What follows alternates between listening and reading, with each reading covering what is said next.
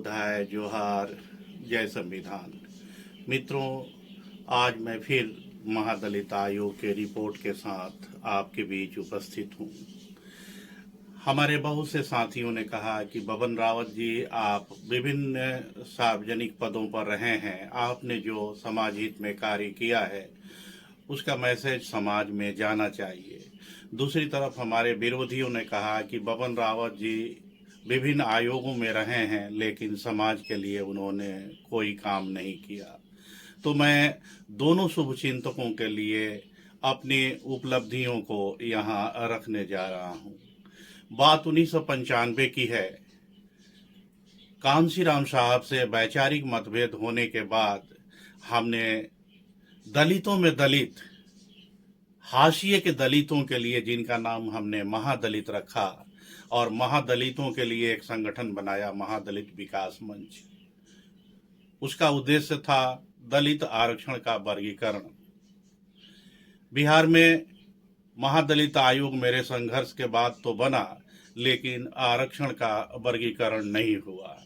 आपको जानकर खुशी होगी, आश्चर्य भी होगा कि आरक्षण के वर्गीकरण के लिए महादलित आयोग ने बिहार सरकार को ये पत्र लिखा था।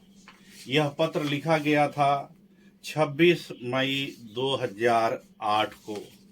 इस पत्र में बिहार के कुल 22 अनुसूचित जातियों को 4 भाग में विभक्त करने का प्रस्ताव सरकार को दिया गया था, A, B, C, D।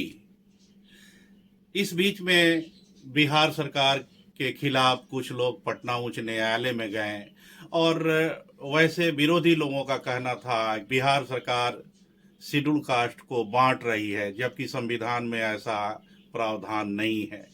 जब पटना उच्च न्यायालय ने माननीय बिहार सरकार से जवाब तलब किया तो सरकार ने कहा कि संविधान में ऐसा प्रावधान नहीं है और हम बांटने के लिए नहीं, बल्कि अनुसूचित जातियों में जो जातियां हाशिए पर खड़ी है उनके चहुमुखी विकास के लिए हमने महादलित आयोग बनाया है। मित्रों, उस समय सरकार ने आयोग की बात इसलिए नहीं माना क्योंकि सरकार के सामने संवैधानिक और कानूनी मजबूरी थी।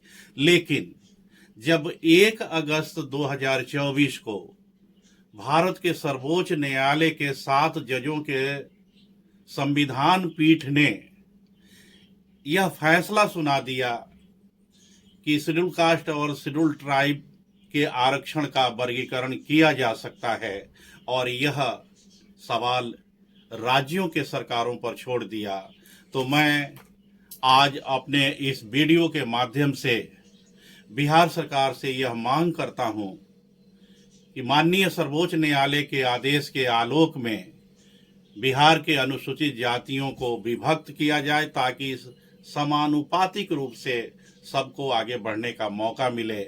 और महादलित आयोग ने जो बिहार के अनुसूचित जातियों को 4 भाग में विभक्त करने का जो सुझाव सरकार को दिया था, बिहार सरकार के कार्मिक और प्रशासनिक सुधार विभाग को दिया था, A, B, C, D, ये 4 भाग में बिहार के दलितों को, बिहार के अनुसूचित जाति को विभक्त किया जाए ताकि सारी जातियों को आगे बढ़ने और मुख्य धारा में शामिल होने का मौका मिल सके।